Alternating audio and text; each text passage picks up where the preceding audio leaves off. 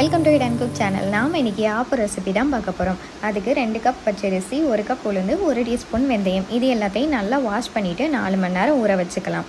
4 மணி நேரத்துக்கு அப்புறமா கிரைண்டரில் 1 கப் ஒயிட் ரைஸ் சேர்த்து நல்லா அரைச்சிக்கோங்க. ஒயிட் ரைஸ் நல்லா ஆறி இருக்கணும், சூடாக இருக்கக்கூடாது.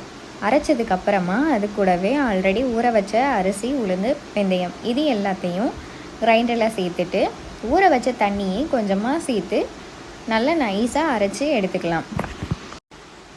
இது நீங்கள் எந்த பச்சரிசியில் வேணாலும் செய்யலாம். ரேஷன் அரிசி கூட யூஸ் பண்ணிக்கலாம். நான் இன்றைக்கி ரேஷன் அரிசி தான் யூஸ் பண்ணியிருக்கேன்.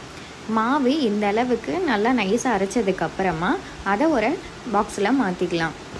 தேவையான அளவு உப்பு சேர்த்துட்டு மாவை நல்லா மிக்ஸ் பண்ணிவிட்டு மூடி போட்டு ஓவர் நைட் வெளியே வச்சிடலாம். மார்னிங் ஆப்பம் சுடுறதுக்கு எடுத்துக்கலாம். இப்போ பாருங்கள், மாவு நல்லா புளிச்சிருக்கு.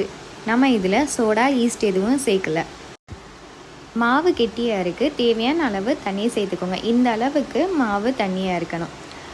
இப்போது ஒரு ஆப்பக்கடாயை ஹீட் பண்ணிவிட்டு அதில் மாவை சேர்த்துட்டு இந்த மாதிரி நல்லா சுற்றிக்கலாம். சுற்றிட்டு மூடி போட்டுட்டு விட்டுடலாம். இப்போ பாருங்கள், சுற்றி நல்லா கிறிஸ்பியாகவும் நடுவில் சாஃப்டான ஆப்பம் ரெடி ஆயிடுச்சு. ஆப்பம் நல்லா வரணும் அப்படின்னா மாவு இந்த அளவுக்கு தண்ணியான கன்சிஸ்டன்சியில் இருக்கணும், திக்காக இருக்கக்கூடாது. ஆப்பம் பிடிக்காதவங்களே இருக்க முடியாது, அவ்வளோ டேஸ்டியாக இருக்கும். நல்லா பஞ்சு போல் மிருதுவான ஆப்பம் நம்ம வீட்லேயே ரொம்ப ஈஸியாக பண்ணிட முடியும். ஸோ கண்டிப்பாக நீங்களும் ட்ரை பண்ணி பாருங்கள். ஆப்பத்துக்கு தேங்காய் பால் தான் பெஸ்ட்டான காம்பினேஷனாக இருக்கும். ஸோ மிஸ் பண்ணிடாமல் ட்ரை பண்ணி பாருங்கள்.